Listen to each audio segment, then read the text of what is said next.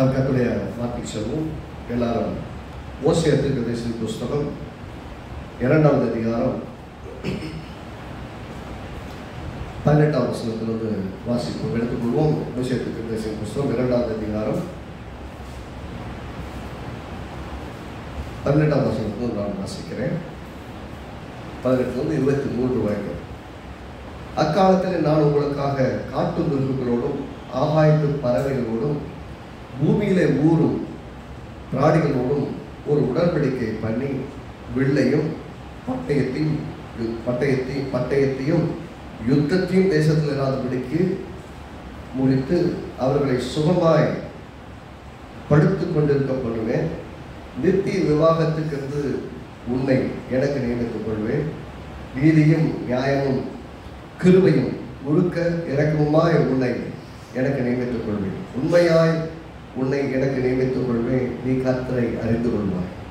அக்காலத்தில் நான் மறுபடி கொடுப்பேன் என்று கர்த்தர் சொல்கிறார்.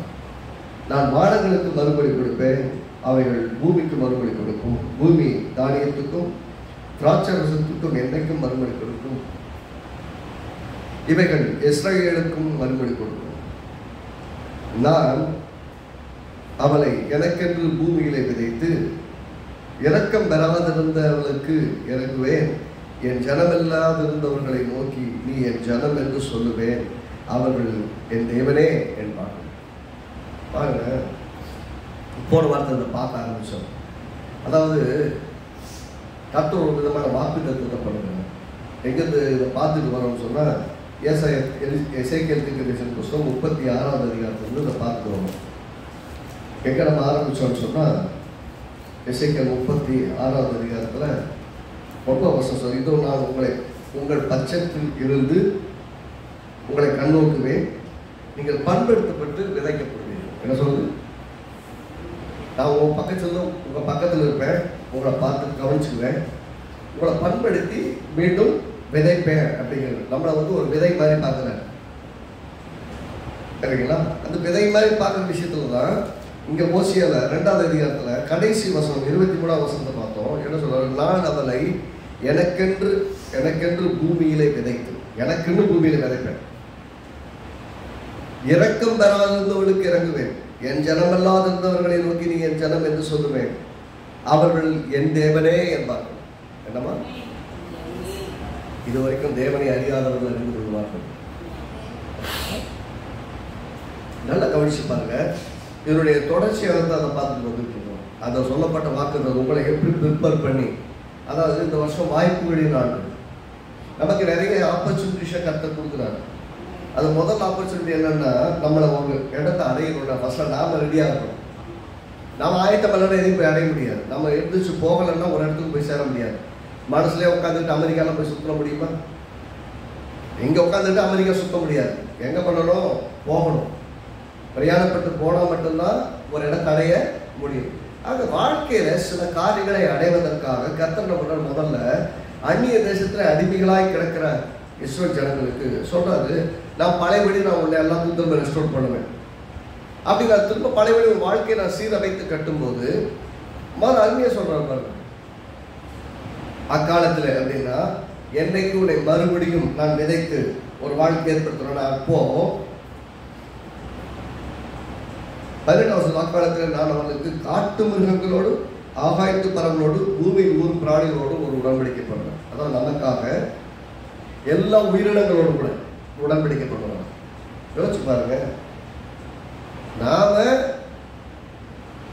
தேவனோட உடன்படிக்கை பண்றதுக்கு ஒண்ணு, தேவன் நம்ம கூட உடன்படிக்கை பண்றது ஒண்ணு. இப்ப தேவன் காட்டு மிருகங்களோட உடன்படிக்கை பண்றாரா? எதுக்கு காட்டு மிருகங்களோட உடன்படிக்கை பண்ணணும்? என்னுடைய பிள்ளைகளின் உரிமைகளை எதையும் நீ பட்சித்து அழித்து விடக்கூடாது. அவங்க வாழ்ற நல்ல வாழ்க்கையை நீ கெடுத்து போடக்கூடாது. உன்னுடைய எல்லையை விட்டுட்டு மீறி நீ வாழ வேண்டிய இடத்தை விட்டுட்டு வாழ வேண்டிய பிள்ளைகளுடைய இடத்தை நீ ஆக்கிரமிப்பு பண்ண கூடாது அப்படின்னு சொல்லிட்டு, அதுக்கு காட்டு மிருகங்களோடு ஆகாயத்து பறவைகளோடு பூமியில ஊர் பிராணிகளோட, அப்படியே ஊர்ல பிராணி என்னது? பாம்பு. இதெல்லாம் இருக்கு இல்லையா? நீங்க கொஞ்ச நாள் வீடு திறக்காம இருங்க, ஒரு இடத்த எடுக்காம இருங்க, எல்லாம் போய் பாம்பு எல்லாம் போய் உள்ள அடைஞ்சு ஊர்ல பிராணிகளும் உள்ள வந்துடும். என்னைக்கு நீங்கள் குடியில்லாத இடமாய் மாறுகிறதோ அப்போது இன்னொன்று இந்த உலகத்தில் ஜீவராசிகள் குடியிருக்காமல் மாறிடும். கர்த்தர் சொல்ற அதோடு நான் உடன்படிக்கை பண்ணுவேன், இந்த இடத்துல வரக்கூடாது, என் பிள்ளைகளுடைய உரிமைகளை தொடக்கூடாது, என் பிள்ளைகள் வாழ வேண்டிய இடத்துல நீ தாங்களை டிஸ்டர்ப் பண்ற மாதிரி வரக்கூடாதுன்ற விதத்துல சொல்ல கிட்டத்தட்ட அதை அந்த மீனிங் தான் சொல்றாரு. ஒரு பக்கம் உயிரினங்களால் வரக்கூடிய பாதிப்பு என் பிள்ளைகளுக்கு வரக்கூடாது, அதுக்காக என்ன பண்ணுவோம், அதோட நான் உடன்படிக்கை பண்ணுவேன். அடுத்து என்ன சொல்றாருன்னா, ஒரு உடன்படிக்கை பண்ணி வில்லையும் பட்டயத்தையும் யுத்தத்தையும் தேசத்துல உடன்படிக்கை பண்ணுவேன். அப்படின்னா அதுக்கப்புறம் வில்லு இருக்காது, யுத்தம் இருக்காது, பட்டயம் இருக்காது. அப்படின்னு என்ன அர்த்தம்? பட்டயம் எடுத்து யுத்தம் பண்ணி வாழ்ற வாழ்க்கை கிடையாது, அமைதலாய் வாழுகிற வாழ்க்கை. அமைதியா வாழ்ற வாழ்க்கை. அது வரைக்கும் சண்டை போட்டுட்டு இருப்போம், யுத்தம் பண்ணிட்டு இருப்போம், நம்ம நிம்மதி போச்சு, வாழ்க்கை போச்சுன்னு புலம்பிட்டு இருப்போம். கர்த்தர் சொல்றாரு, உன்னுடைய வாழ்க்கையில இருக்கக்கூடிய யுத்தங்களை எல்லாம் நான் ஓய பண்ணுவேன். உன்னுடைய வாழ்க்கையில உனக்கு எதிராக வருகிற பட்டயங்களை எல்லாம் ஓய பண்ணுவேன். உனக்கு விரோதமாக வருகிற எல்லா விதமான யுத்தத்தையும் பட்டயத்தையும் வில்லையும் எல்லாத்தையும் நான் நிப்பாட்டிடுவேன். முதல்ல உயிரினங்களோடு கூட உடன்படிக்கை, அடுத்து யுத்தமே இல்லாதபடியான ஒரு உடன்படிக்கை பண்ணுகிறார். அடுத்து பாருங்கன்னா, யுத்தத்தையும் தேசத்திலே இராதபடிக்கை முறித்து அவர்களை சுகமாய் படுத்துக் கொண்டிருக்கப்படுவேன். என்னப்படியா? சுகமா. எனக்கே போய் நிம்மதியா படுத்தீங்க, படுத்தோட நல்லா நிம்மதியா தூங்குனீங்கன்றது பார்க்கிறேன். எந்த ஒரு மனுஷன் போனோடனே படுத்தா உட்காந்துட்டே இருந்தாங்க, படுத்தோம் நிம்மதியா தூங்கிட்டாங்க, அப்படி நிம்மதியா தூங்குற மன சூழல் இருக்குதோ அவங்க பாக்கியவாங்க இல்லையா? பாக்கியவாங்கன்னா கர்த்தர் மேல் பாரத்தை வச்சு நிம்மதியா தூங்கிறாங்க. நம்மளால ஒன்றும் செய்ய முடியாது தெரிஞ்ச உடனே கர்த்தரை நம்புறாங்க, கர்த்தர் மேல வச்சிடறாங்க, நிம்மதியா தூங்கிறாங்க. இல்லைன்னா என்ன பண்ணுவாங்க, ராத்திரி எல்லாம் அதை போட்டு யோசிச்சு நைட்டெல்லாம் தூங்காம ப்ரெஷர் ஆகி சுகர் ஆகி உடம்பெல்லாம் கெட்டு போய் காலையில் எழுந்திரிச்சு என்ன பண்ணாங்க, நேற்று இருந்த நைட்டு இருந்த அதே நிலைமை தான் காலையில் இருக்கப்போ. ஏதாவது மாற்றிட முடியுமா? ஆனால் விசுவாசத்தோடு நீங்கள் பேசி பாருங்க, நேற்று இரவு இருந்த சூழல் நாளை காலையில் மாறி இருக்கும். விசுவாசத்தோடு நீங்கள் அறிக்கிட்டு பாருங்க, ஆண்டவரே நீங்கள் இருக்கீங்க, ஆண்டவரே பார்த்து கொள்வீங்க, எனக்கு எதை பற்றி கவலை கிடையாது, எனக்கு பயம் கிடையாது, ஆண்டவரே கர்த்தர் என் பட்சத்தில் இருக்கிற நான் பயப்படேன், மனுஷனுக்கு என்ன செய்வான் என்று நான் டிக்ளேர் பண்றேன். ஆண்டவரே இந்த ராத்திரி என் நிம்மதியான உறக்கத்தை தாங்க, நான் படுத்து நித்திரை செய்வேன். தாவீது சொல்றான், நான் படுத்து நித்திரை செய்வேன், விழித்து கொண்டேன், கர்த்தரை தாங்குவேன். எப்படி சொல்றாங்க, நான் நல்லா நைட் படுத்து தூங்கினேன், காலைல முடிச்சுட்டேன், ஆனால் எனக்கு நல்லா தெரியும் நைட்டெல்லாம் என்ன கர்த்தர் காப்பாற்றிட்டு இருக்கான். நாங்கள் நைட்டெல்லாம் காப்பாற்றிட்டு ஏன் எந்த சூழலா சொல்றான்னா, தன்னை கொள்வதற்காக துரத்தி கொண்டு வருகிற ராஜா, ஒரு பெரிய ராணுவமே துரத்துது, ராஜாவே ஃபீல்ட் நிறைய வேலை செய்யறாரு, ராஜாவே துரத்த வர்றாரு. ஆனாலும் இவன் ஒரு இடத்துக்கு போனா எப்போ பிடிப்பானவர்களாம் கிடையாது, போனா நிம்மதியப்படுத்துவான்.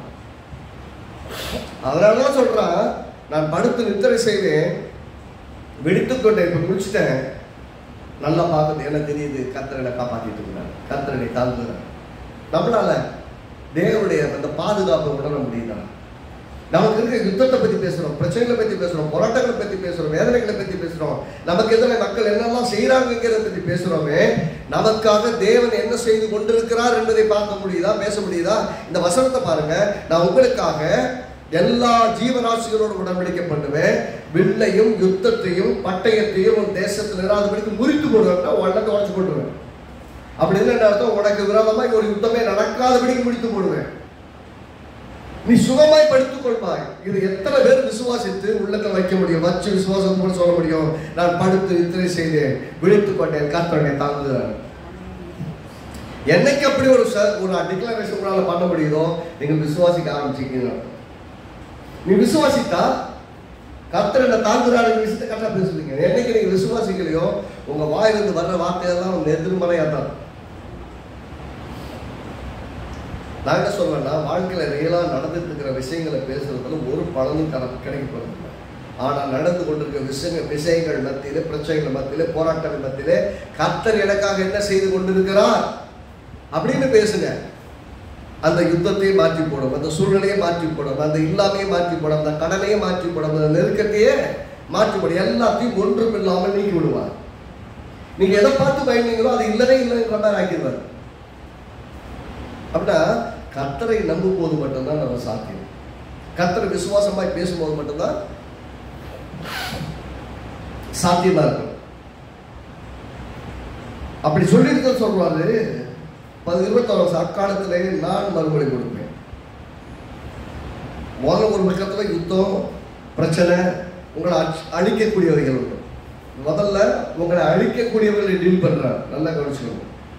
உங்களை அழிக்கிறவைகள் எது? மிருக ஜீவன்கள், காட்டு ஜீவன்கள், நீங்கள் வாழ்கிற இடத்துல வாழ்விடமாய் வாழ முடியாதபடிக்கு தடுக்கிறவைகள், அந்த இடத்தெல்லாம் பாலடைஞ்ச இடமா மாற்றிருந்தால இந்த மாதிரி மிருக ஜீவன்கள் அதோட உடன்படிக்கப்படுகிறார். இன்னொன்று, நீங்க வாழ விடாம உங்களுக்கு எதிராகமாய் வருகிற யுத்தங்கள், அந்த யுத்தங்களை எல்லாம் முறித்து போடுகிறார். சொல்லிட்டு சொல்றாரு, நான் இப்ப என்ன பண்ணுவேன், நான் மறுமொழி கொடுப்பேன். நான் மறுமொழி கொடுப்பேன் என்று சொல்வது அக்காலத்திலே நான் மறுமொழி கொடுப்பேன் என்று கர்த்தர் சொல்கிறார். நான் அப்போ உங்களுக்கு ரெஸ்பாண்ட் பண்ணுவேன். அது வரைக்கும் நீங்க கூப்பிட்டுருப்பீங்க, பதில் வந்திருக்காது. ஜாமன் இருப்பீங்க, ஒன்றும் பதில் கிடைச்ச மாதிரி இருக்காது. ஆனா கர்த்தர் உங்களுக்கு ஒரு இளைப்பாறுதலை நாட்களை கொடுக்கும் போது நீங்கள் பண்ணுகிற ஜெபம் சாதாரணமான ஜெபம் கூட கர்த்தர் வல்லமையான வேலைகள் செய்யலாம். ஆண்டவரே, இந்த சூழ்நிலை உதவி செய்யும், எனக்கு துணை நிறுங்கப்பா. கர்த்தர் எப்பவுமே இரக்கமுள்ள தேவன். இது அந்த காலத்தில் இருந்த மக்களுக்கு. ஆனால் நமக்கு என்ன பண்ணிட்டாங்க, நான் உன்னை விட்டு விலகுவதும் இல்லை, உன்னை கைவிடுவதும் இல்லை என்று சொன்ன வாக்குத்தத்தம் எப்படின்னா, அவங்களுக்கு கூட இருந்தார், இஸ்ரவேல் ஜனங்களுக்கு கூட இருந்தார். ஆனால் நமக்கு உள்ள இருக்கிறார். அவங்க கூட இருக்கிறது வேற, அவன் நமக்கு உள்ள இருக்கிறது வேற.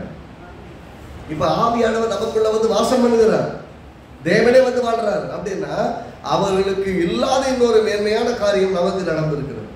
அப்படின்னா நமக்காக கர்த்தர் மேன்மையான வேலை செய்கிறார் என்று அர்த்தம். நான் மறுமொழி கொடுப்பேன்.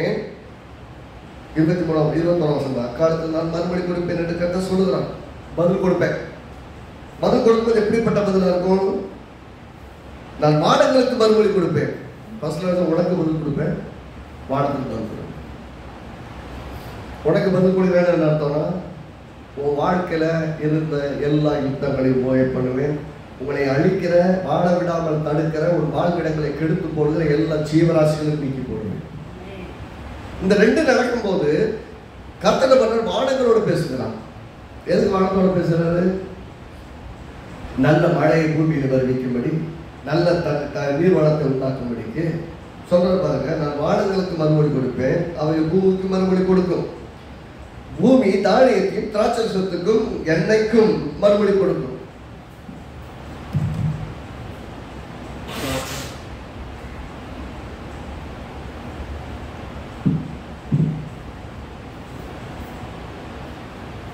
என்ன சொல்றாரு? நான் வானத்துக்கு மறுமொழி கொடுப்பேன், வானத்தோட பேசுவேன். வானம் என்கிட்ட கூப்பிடும். நல்லா கவனிக்கணும். இயற்கை உங்களுக்காக வேலை செய்ய தேவனிடம் பேசும். இயற்கை உங்களுக்காக நல்ல ரெண்டு போன வாரத்துல என்ன பார்த்தோம்னா, நான் உங்களுக்கெல்லாம் மறுமொழி கொடுப்பேன்னு சொல்றாரு. ஆனா மறுமொழி கொடுக்கணும்னா உங்களுக்கு கேட்கணும். கேட்டாதான் பதில். அம்மா அப்படி கூப்பிட்டா தான் என்னம்மா சொல்லு அப்படின்னு சொல்லி கேட்பாங்க. ரைட்டா? அப்படின்னா கூப்பிடாமல் பதில் சொல்லுகிறேன்னு சொல்றது கிடையாது. நீ கூப்பிடுவ, உனக்கு நான் பதில் சொல்லுவேன். உனக்கு பதில் செஞ்சு எதெல்லாம் நடக்கும்? என்ன? மிருக ஜீவன்கள் இருக்காது, உன்னை வாழ விடாமல் தடுக்கிறவைகள் இருக்காது, உன்னை நிம்மதி இல்லாமல் வாழப்படுகிற யுத்தங்கள் இருக்காது, நீ சுகமாய் படுத்துக் கொள்வாய்ன்னு சொல்றாரு. அடுத்து என்ன சொல்றாருன்னா, நீ என்னை கூப்பிடுவாய், உனக்கு பதில் செய்வேன். அதே மாதிரி வானங்களுக்கு நான் பதில் கொடுப்பேன். வானம் என்ன பண்ணுவோம்? வானம் என்னை நோக்கி கூப்பிடுவோம், நான் வானத்துக்கு பதில் கொடுப்பேன். வானத்துக்கு பதில் கொடுத்த வானம் வார்த்தை கிடைச்ச உடனே அவைகள் பூமிக்கு மறுமொழி கொடுக்கும். அப்படின்னா பூமி கேட்குது வானத்துக்கிட்ட பூமி கேட்குது. அதனால பூமிக்கு மறுமொழி கொடுத்து. இன்னொரு பக்கம் பூமி தானியத்துக்கும் திராட்சத்துக்கும் எண்ணெய்க்கு மறுமொழி கொடுக்கும். அப்படின்னா எண்ணெயும் தானியமும் திராட்சமும் பூமியை பார்த்து கேட்குது, என்னை விளைய வையப்பா அப்படின்னு,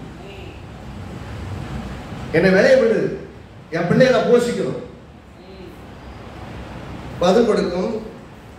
இவைகள் இஸ்ரவேலுக்கும் மறுமொழி கொடுக்கும். அப்படின்னா எங்கிருந்து ஆரம்பிக்கனா, இஸ்ரவேல் அப்படின்னா இஸ்ரவேல் ஜனங்கள் இஸ்ரவேலுக்கு மறுமொழி கொடுக்கும்னா நல்லா கவனிக்கணும். இஸ்ரவேல் எனக்கு தானியம் வேணும், தானியமே வா கூப்பிடுறான், தானியமே வா, திராட்சரசமே வா, எண்ணெயே வான்னு கூப்பிடுறான். உடனே வருது. நான் எங்கிருந்து வர்றது? பூமியை தான் கொடுத்தா தான் நான் என்ன பண்ண முடியும்? அது பூமி கிட்ட கேட்குதுப்பா. இவன் கேட்குறான், கொஞ்சம் என்னை விளைய வை அப்படின்னு கேட்குது. பூமி என்ன பண்ணுது?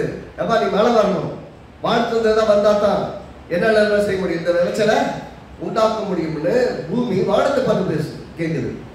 வானம் தேவனிடத்தை கேட்குது. ஐயா அந்த இஸ்ரவேலுக்கு வந்து கேட்கறான், ஆகாரம் வேணும்னு கேட்கறான், எனக்கு உதவி செய்யுங்கன்னு கேட்கு. நல்லா கவனிக்கணும், நீங்கள் எதை எதிர்பார்க்கிறீர்களோ அதான் வேதம் நல்லா அருமையா சொல்லுது. மத்தேயு 6:33 30 வசனத்திலிருந்து 33 வசனம் வரைக்கும் ஒரு கண்டென்ட் என்ன சொல்லுதுன்னா, இவைகள் எல்லாம் உங்களுக்கு தேவை என்று பரமபிதா அறிந்திருக்கிறார். என்னவா? உங்களுக்கெல்லாம் இதெல்லாம் வேணும்னு பரமபிதா அறிந்திருக்கிறார். ஆகவே முதலாவது தேவனுடைய ராஜ்யத்தையும் அவருடைய நீதியும் தேடுங்கள், மற்ற எல்லாம் கூட கொடுக்கப்படும். மற்ற எல்லாம் கூட கொடுக்கப்படும். ஏன்னா முதலாவது தேவனுடைய ராஜ்யத்தை தேடுங்க, அவருடைய நீதியை தேடுங்க, இதெல்லாம் உங்களுக்கு வேணும் அப்பாவுக்கு தெரியும். ஏன் அப்படி சொல்றாரு? இவையெல்லாம் உங்களுக்கு தேவை என்று உங்கள் பரமபிதா அறிந்திருக்கிறார். பிறந்த குழந்தை என்னைக்காவது எனக்கு சாப்பாடு வேணும் இருக்கா, உட்காந்து ஓன அழுகும். அதை பார்த்து பார்த்து கொடுக்குறவங்க வேலை வந்து அம்மாவோட வேலை, அப்பாவோட வேலை. அதை பார்த்துக்கிறாங்க இல்லை? அது வந்து அது தானாய் வாழ்ந்து ஒரு வளர்ந்து ஒரு பருவத்துக்கு வந்து தான் வாழ்க்கை தான் நிதானிக்கிற வரைக்குமே அந்த பிள்ளைக்கு தேவையான எல்லாத்தையும் பார்த்து பார்த்து கொடுக்குற வேலை பெற்றோரோட வேலை. எனக்கே இந்த பிள்ளைங்க ரொம்ப பொறுப்பாக இருந்திருக்காங்க, எனக்காக சேர்த்து வைக்கணும், எனக்காக இதை பண்ணணும், என்னால் இந்த வீட்டுக்கு பிரயோஜனம் எனக்காக யோசிச்சிருக்காங்க. ஒரு காலத்துலையும் கிடையாது. அப்படி யோசிச்சாங்கன்னா பெரிய அறிவாளி பிள்ளைகள் அதெல்லாம் பற்றி கவலையப்பட மாட்டாங்க. எனக்கு நீ என்னையா பெத்தண்டு போயிடுவாங்க ஒரே வார்த்தையில். என்னை பெத்த இல்லை, எனக்கெல்லாம் செய்யி உன்னையார் இந்த வீட்டில் என்ன பெற்று போட சொல்லுவாங்க. ஏன்னா இவங்க அம்மா அப்பா செலக்ட் பண்ண மாதிரி இல்லை நீ செலக்ட் பண்ண மாதிரி என்னையா எங்கே பெற்று போட்டீங்கன்னு கேட்டுறது. ஆனால் கர்த்தர் தான் என்னது வீட்டில் வச்சிருக்காங்க அப்படின்னு என்னைக்கு புரியுதோ, என்னைக்கு கர்த்தர் தான் என்ன இந்த வீட்டில் பிறக்க வச்சிருக்கிறாரு, ஒரு நோக்கத்தோட இந்த வீட்டில் என்ன வச்சிருக்கிறாருன்னு என்னைக்கு புரியுதோ அன்னைக்கு வாழ்றது வேற மாதிரியே. வாழ்ற விதம், பேசுற விதம், நடக்கிற விதம், செயல்படுற விதம் எல்லாமே மாறிடும். என்னைக்கு அந்த பிள்ளைகளுக்கு நான் கர்த்தருடைய நோக்கத்திற்காக இந்த வீட்டில் நான் பிறந்திருக்கிறேன் என்னைக்கு புரியுதோ அன்னைக்கு சக்சஸ்ஃபுல் பீப்புளாக இருப்பாங்க.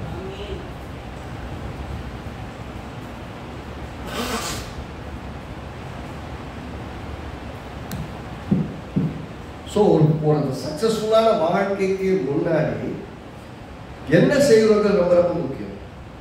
என்ன செஞ்சுருக்கிறோம், என்ன செய்யணும், இது சரிதானா, இது தேவைதானா அப்படிங்கிற விஷயத்தில் மிக தெளிவாக இருந்து மிக சரியாக காரியங்கள் நடப்பித்தால் நன்றாயிடும். இங்கே பார்த்தீங்கன்னா இந்த செக்வன்ஸ் இவைகள் இஸ்ரேலுக்கு மறுபடி கொடுக்க முடியுது இல்லையா?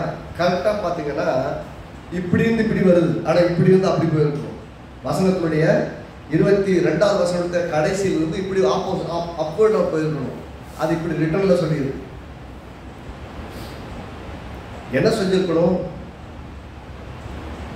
அவைகள் இஸ்ரேலுக்கு மறுமொழி கொடுக்கணும். இஸ்ரேலுக்கு அவைகள் என்ன மறுமொழி கொடுக்கும்? முதல் வசனம் முதல்ல எப்படி ஆரம்பிக்கிறது? 21 அக்காலத்திலே நான் மறுமொழி கொடுப்பேன். கர்த்தர் வந்து நான் மறுமொழி கொடுப்பேங்கிறார்.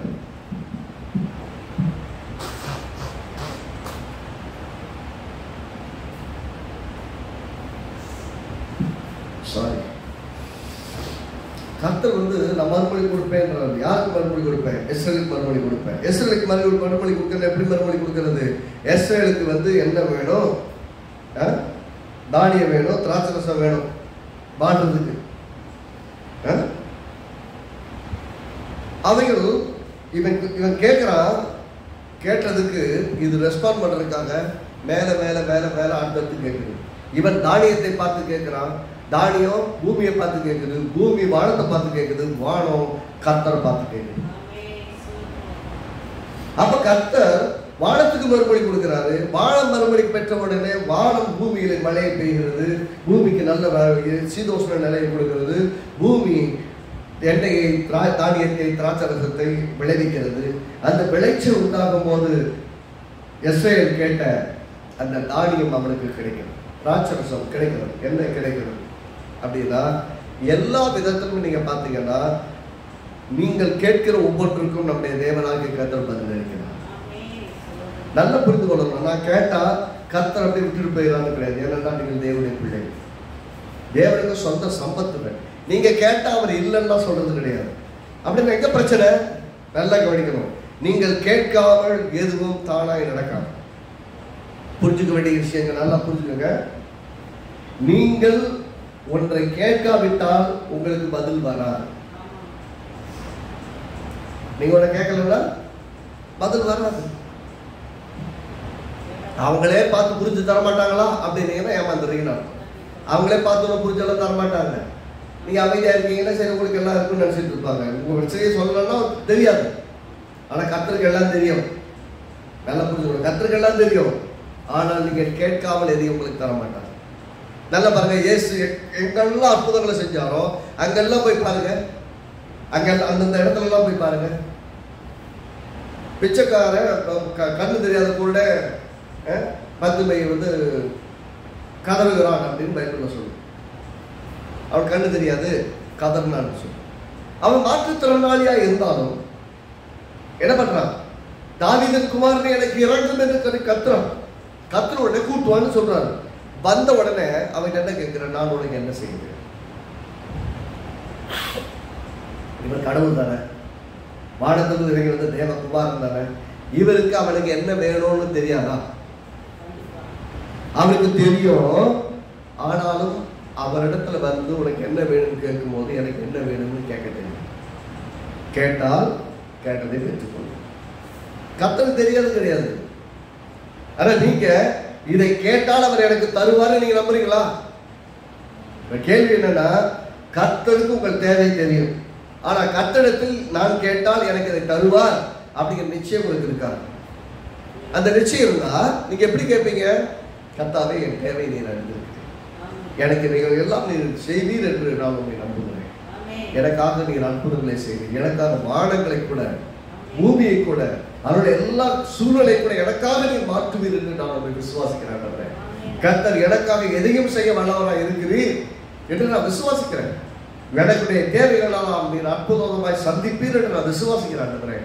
ஆகவே இயேசுவின் நாமத்தில் எனக்காக அற்புதம் நடக்கட்டும், என் வாழ்க்கையின் தேவைகள் சந்திக்கப்படட்டும், இந்த மன நெருக்கமான சூழல்கள் மாறட்டும் அப்படின்னு நீங்க ஜெபம் பண்ணா, நீங்க தேவன்கிட்ட கேட்டா கர்த்தர் உங்களுக்காக யாவையும் செய்ய முடியும். அப்ப நீங்க கேட்காம கர்த்தர் வேலையை ஆரம்பிக்க முடியாது. கேட்கும்போது எதுவும் அடிப்படையில் கேட்கிறீங்க? அவர் வாக்கு பண்ணி இருக்கிறபடியாகும், வார்த்தையில் உண்மையுள்ளவராய் இருக்கிறபடியால், வாக்கு தத்தம் செய்தவர் உண்மையுள்ளவராய் இருக்கிறபடியால் அவரிடத்தை தைரியமாக கேட்கிறீங்க. அவர் சொல்லியிருக்கிறார், ஆபத்து காலத்தில் என்னை நோக்கி கூப்பிடுன்னு அவர் தான் சொல்லியிருக்கிறார். அப்படின்னா நம்ம வாழ்க்கையில எப்பெல்லாம் சேலஞ்சிங் சிச்சுவேஷன்ஸ் இருக்கோ, எப்பெல்லாம் சவால் மிக்க நேரங்கள் இருக்குதோ, அப்பெல்லாம் கர்த்தரை நோக்கி கூப்பிட்டால் அவர் நமக்காக எல்லாத்தையும் செய்து முடிப்பார். நீங்க கேட்காம உங்களுக்கு அவர் ஒன்றும் செய்ய மாட்டார். கேளுங்கள் அப்போ உங்களுக்கு கொடுக்கப்படும். என்ன சொல்லுங்க? கேளுங்கள் கொடுக்கப்படும். கேட்காம வாசல்ல போய் நிப்பாக நின்றுட்டு கதவை தட்ட மாட்டேன்னு இருந்தீங்கன்னா நீங்க வந்து நிற்கிறீங்க, யாரு தெரியும்? தட்டுங்கள் திறக்கப்படும். தட்டினா தான் திறப்பாங்க. வாசல்லே 1 மணி நேரம் நிற்கிறேன்னு தெரியுமா? உன்னை யார் வாசல்ல நிற்க சொன்னா? காலி பல் அடிக்க வேண்டியதானே, இல்லை கதவை தட்ட வேண்டியதானே? வந்து வாசல்ல நின்றுருக்க நீங்க என்ன நினைச்சுக்கிறோம் அப்படின்னு நான் நினைச்சேன். நீங்க நாங்க என்ன நினைக்கிறதுக்காக என்னமோ நினைக்கிறதா இருந்தா எதுக்கு காலிங் பெல்ல வச்சிருக்கிறோம்? யாரா வந்தா கூப்பிடுறதுக்கு தான் காலிங் பெல்ல வச்சிருக்கிறோம். நாங்கள் வெளியே டூ நாட் டிஸ்டர்ப் போடாம கூப்பிட்டுருக்கோம். வீட்டில் கத்தனை நான் டூ நாட் டிஸ்டர்ப் போட மாட்டேங்கிறேன். வந்தையா கதவை தட்டு, காலிங் பெல் அடி, நீ கூப்பிட்டா நான் திறப்பேன். கேளுங்கள் கொடுக்கப்படும், தட்டுக்கள் திறக்கப்படும், தேடினால் கண்டிப்பாக கண்டறியும். அப்ப தேட மாட்டீங்க, தட்ட மாட்டீங்க, கேட்க மாட்டீங்க அப்படின்னா கிடைக்காது, கிடைக்கவே கிடைக்காது. சைலண்டா இருக்கும். கர்த்தர் இருக்கிறது தெரியாதா? பிரதர், கர்த்தருக்கு தேவை தெரியாதா? கர்த்தருக்கு பிரச்சனை தெரியாதா? நான் போற பாதை இந்த பூமியே பார்த்தாலும் அனுபவம், அவ்வளவு கஷ்டத்தில் இருக்கிற கர்த்தருக்கு தெரியாதா? கர்த்தருக்கு தெரியும். கர்த்தருக்கு தெரியுங்க, உங்களுக்கும் தெரியும். நான் கூப்பிட்டால் இந்த பிரச்சனை விடுதிப்பாருன்னு உங்களுக்கு தெரியும். ஆனா கூப்பிட மாட்டேன்னு வைராக்கியமா இருக்கீங்க. சில சமயம் சில பேருக்கு பார்த்தீங்கன்னா கர்த்தர் மேல கோபம். யார் மேல? கர்த்தர் மேல கோபம். என்ன கோபம்?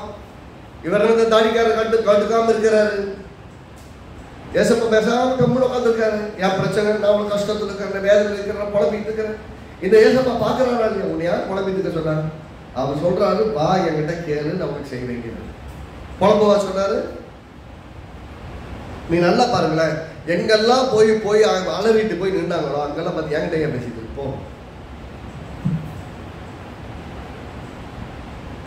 செங்கடல் முன்னாடி நின்றுட்டு புலம்பிட்டு இருக்காங்க மக்கள். ஐயோ அவ்வளவு செத்தோம், மாட்டிக்கிட்டோம், மலைபடியும் எகிப்துக்காரங்கிட்ட மாட்டிக்கிட்டவனை எடுத்துக்கிறாங்க. இவன் போய் மோசே போய், ஆண்டவரே ஏதோ ஒன்று பண்ணுங்க ஆண்டவரே, ஏன்டா வந்து கட்டிட்டு இருக்கேன், கையில் என்ன வச்சுருக்க, கோடு வச்சிருக்கியா, போய் செங்கடலை குழந்து விடுறது, இந்த குச்சியை வச்சு செங்கடலை குழக்கிறான். போய் கோலை வைக்கிறான், செங்கடல் குழந்தை. அப்படின்னு என்ன அர்த்தம்னா, பதிலை உங்கள் கரங்களில் வைத்திருக்கிறீர்கள், ஆனாலும் இது பதிலா என்று தெரியாமல் இருக்கு. உங்க கையில் இருக்கிற இந்த வேதம், இந்த வேதம் பதில்களின் புஸ்தகம், இதை கையில வச்சிருக்கீங்க, ஆனால் இதனுடைய பயன்பாடே தெரியாம இருந்தீங்கன்னா எப்படிதான் வாழ்றது? நான் போறேன், சர்ச்சுக்கு போறேன், போகும்போது பைபிளை கையில் எடுத்துட்டு போகணும், அது கிறிஸ்துவ பாரம்பரியம் அப்படின்னு நினைச்சீங்கன்னா உங்களை விட ஒரு ஏமாளித்தனம் கிடையாது. மொபைல்ல நான் வச்சிருக்கிறேன், மொபைல்ல எல்லாம் இருக்கு, மொபைல்ல ஆப் இருக்கு. என்னை பொறுத்த வரைக்கும் ஒரு நல்ல அறிவுபூர்வமான செயல்னா மொபைல்ல பைபிளை பார்க்கலாம், தப்பு இல்லை. ஆனா கையில நீங்க பிசிக்கல் பைபிள் எடுத்துட்டு போகணும், ஆலயத்துக்கு போகணும். அப்பதான் ரெஃபர் பண்ண முடியும். ஒரே நேரம் 2 ரெஃபர் பண்ண முடியுமா? நீங்க மொபைல் பைபிள் போனீங்கன்னா ஒரு வருஷத்துக்கு ஒரு நாள் தான் போக முடியும். இதை சொல்றாங்க, அதை சொல்றாங்க, ஒவ்வொரு நாளையும் அங்கங்க போய் தேடணும். இது பைபிள்னா ஈஸியா தேடி எடுத்து நோட்ஸ் எழுதுனாலும் எழுதிடலாம், வசனம் எழுதுனாலும் எழுதிடலாம். அப்போ பிசிக்கல் பைபிள் எடுத்துட்டு போகணும். இந்த பைபிள் எதுக்கு எடுத்துட்டு போனீங்கன்னா, உங்க கையில் ஒரு பெரிய ஆயுதம் இருக்குது என்கிற இதுக்காக. அதனால ஸ்பிரிச்சுவல் வார்ஃபேர் வச்சிருக்கோமே, ஆவிக்குரிய பட்டயம் தான் இருக்கு எங்களுக்கு. வசனம் என்பது ஆவிக்குரிய பட்டயம் எங்களுக்கு தான் இருக்குது, எங்களுக்கு உள்ளத்துல இருக்குது, வாயில் இருக்குது, மனசுல இருக்குது அப்படின்னீங்கன்னா எல்லாம் இருக்குது. சில நான் கேட்குறேன், எத்தனை பேர் பிரச்சனை நேரத்தில் உங்களுக்கு வசனம் ஃப்ளூவெண்ட்டாக வந்து அருமையாக ஜாப் பண்ணிக்கிறீங்க? ஆயே வராது. அப்போ தான் மைண்டு அடிச்சு அப்படியே பிளாக் ஆன மாதிரி இருக்கும், பிரச்சனை தலைக்கு மிஞ்சி இருக்கும், உங்களுக்கு வசனமே வராது. அட்லீஸ்ட் பைபிளை திறந்து பார்த்தீங்கன்னாலாவது கர்த்தவங்களோட வசனத்தின் மூலமாக பேசுவாங்க. திறக்கதில் எப்படி பேசுறதுக்கு? ஆக மொத்தம் நீங்கள் கேட்டால் கர்த்தர் உங்களுக்காக எல்லாத்தையும் செய்து கொடுப்பார். இந்த வசனங்கள்ல பார்க்கும்போது மறுபடி கொடுப்பேன், மறுபடி கொடுப்பேன், மறுபடி கொடுப்பேன் அப்படி நிறைய திரும்ப வருது. அப்படின்னா it is a sequence of answering. இது ஒரு தொடர்ச்சியான பதிலளிக்கும் முறை. நீங்கள் தானியத்தை பார்த்து எனக்கு ஆகாரம் இல்லை என்று சொல்வதை விட, இயேசுவின் நாமத்தில் என் பாத்திரம் நிறையட்டும், என்ன பானம் நிறையட்டும், என் களஞ்சியங்கள் பூரணமாய் நிரம்பட்டும் நீங்க சொன்னீங்கன்னா, தானியத்தை இயேசுவின் நாமத்தில் வரட்டும் நான் கட்டளையிடுறேன்னு சொன்னீங்கன்னா, தானியம் கேட்கும், ஐயோ என்ன கூப்பிடுறாங்க, எப்ப என்ன கூப்பிட்டு இருக்கிறான்ப்பா, ஏன்னா இவனுக்கு கீழ் பூமியெல்லாம் அடங்கியிருக்கு, எல்லாத்தையும் ஆண்டு கொண்டு கொடுத்துருக்காரு மனுஷங்கிட்ட. ஆளுகிறவன் கேட்கிறான் எனக்கு ஆகாரம் வேணும்னு. இப்போ பொறுப்பு எங்க போயிருதுன்னா, தானியத்துக்கிட்டையும் திராட்சத்துக்கிட்டையும் எண்ணெய்கிட்டையும் போயிருக்கு. எண்ணெயும் தானியம் திராட்சை பண்ணுது, ஐயா எனக்கு எப்படியா நான் சாப்பாடு கொடுப்பேன், பூமியை நீ என்னை விளைவிக்கலன்னா நான் எப்படி உனக்கு ஆகாரம் கொடுக்க முடியும் அப்படின்னு அவங்ககிட்ட கேட்குது. பூமி வானத்தை பார்த்து கேட்குது, நீ வானத்திலிருந்து மழையை கொடுக்கலன்னா அந்த மனுஷனுக்கு நான் எப்படி ஆகாரத்தை கொடுப்பேன், இந்த பூமியில தானியத்தை நான் எப்படி விளைவிப்பேன். வானம் தேவனை நோக்கி கூப்பிடுது, ஆண்டவரே நீங்க ஒன்று செய்யலன்னா அந்த தேசத்துக்கு எப்படி நான் மழையை கொடுப்பேன், எப்படி இந்த பூமியை நினைப்பேன், இந்த பூமியில எப்படி விளைச்சணும், நான் இந்த பூமி விளையாம எப்படி இந்த மனுஷனுக்கு.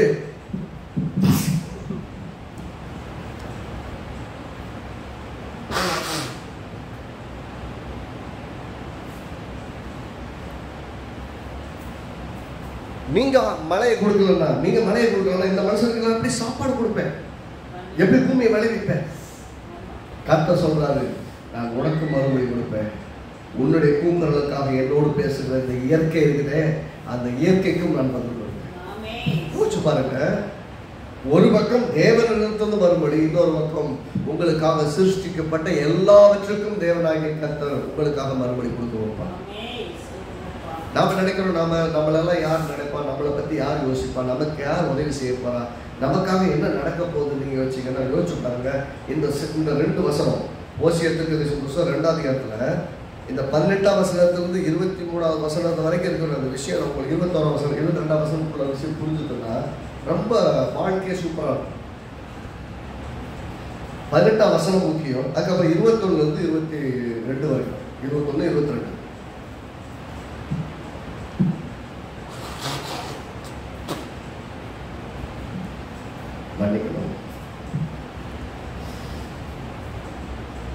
இதுல எல்லாத்துலயும் பார்க்கும்போது முதல்ல உங்களுக்காக இயற்கையோடு உடன்படிக்கை பண்ணுகிறார், ஜீவராசிகளோடு உடன்படிக்கை பண்ணுகிறார், யுத்தத்தை பயப்படுகிறார், உங்களுக்கு சமாதானமாய் வாழ்வதற்கான சூழலை உருவாக்குகிறார்.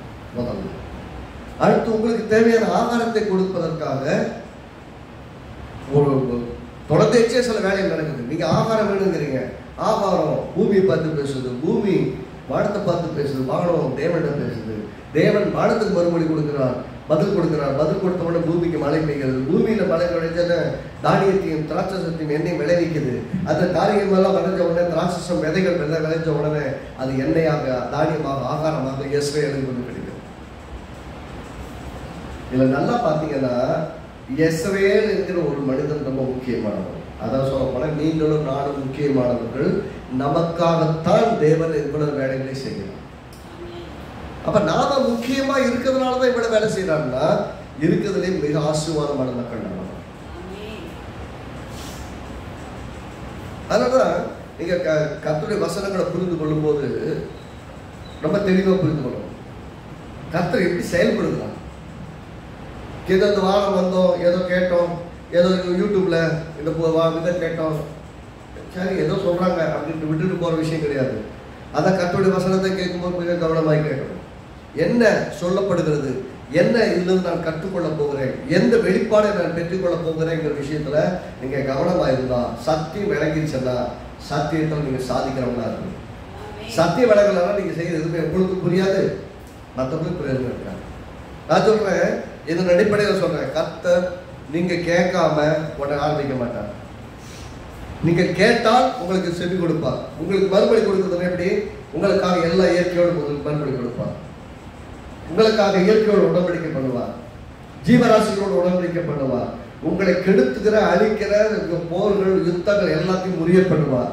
ஆக மொத்தம் நீங்க நிம்மதியா வாழ முடியும், நல்லா திருப்தியா சாப்பிட்டு வாழ முடியும்.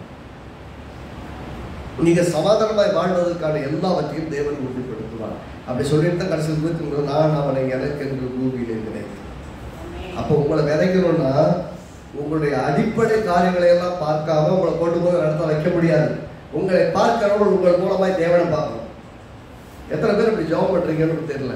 ஆனா உங்க ஜெபம் எப்படி இருந்தது, ஆண்டவரே என்னை பார்க்கணும், என்னை உண்மை பார்க்கணும், என்னை பார்க்கிறவங்க வெய்யாக ஒரு தேவன் கூட இருக்கிறார், ஒரு அற்புதமான தேவனை நீ ஆராதிக்கிற, என்னையும் கூட கூட்டு போனாலும் அந்த தேவனை ஆராதிக்க விரும்புகிறேன் சொல்ற அளவுக்கு என் வாழ்க்கை எப்படி இருக்கணும்னா மற்றவங்களால் ஈர்க்கப்படும் அளவுக்கு என் வாழ்க்கை இருக்கணும். அப்படி ஒரு ஜெபத்தை செஞ்சு பாருங்க. நான் சொல்றேன், கர்த்தருடைய நாமம் மகிமைப்படும் விதத்துல நீங்கள் வாழ ஆசைப்படுவதனால் உங்கள் மூலமாய் தேவன் மகிமைப்படுவார். அப்போ என்ன ஜெபிக்கிறீங்க ரொம்ப முக்கியம். கர்த்தருடைய ஜெபங்களை எல்லாம் நிறைவேற்றணும். ஆமென். கர்த்தர் உங்களுக்காக எல்லா இயற்கையோடு பேசுவார், எல்லா சிருஷ்டிப்புகளோடு பேசுவார், உடன்படிக்கை பண்ணுவார். அவர் ஒன்றும் உறுதியா பார்த்துக்குவார். நீங்க உங்களுக்கு தேவையான எல்லாவற்றையும் தருவதை உறுதிப்படுத்திக் கொள்வார். ஆமென். ஆகவே நீங்க பயப்பட வேண்டியது கிடையாது. நமக்கு என்ன நடக்குமோ, ஏது நடக்குமோ, கிடைக்குமா கிடைக்காதா, வருமா வராதா, போகுமா போகாதா, எதை பத்தி கவலை கிடையாது. கர்த்தர் எனக்காக யாவையும் செய்து முடிப்பார். அதை விசுவாசிங்க. கேளுங்கள், கேட்டால் பெற்றுக் கொள்வீர்கள். கர்த்தர் நல்லவர். கர்த்தருடைய ஆசீர்வதித்திருக்கிறார்.